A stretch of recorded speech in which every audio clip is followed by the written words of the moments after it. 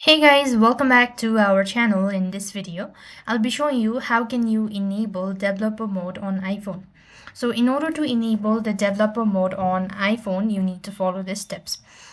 So first of all, install your development build on your device before enabling the developer mode. So when the build is created, you just need to follow the instructions. So once the build is installed on your device, you want to press the app icon.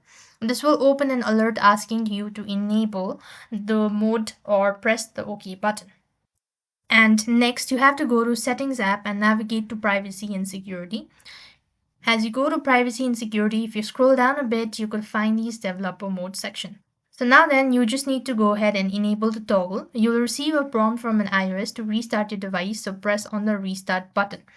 So now then, after the device restarts, you need to unlock your device system. A system alert should appear where you need to press turn on, and then when prompted, enter your device's passcode. So the developer mode is now enabled. You could now interact with your internal distribution build and local development build. You could turn off your developer mode anytime.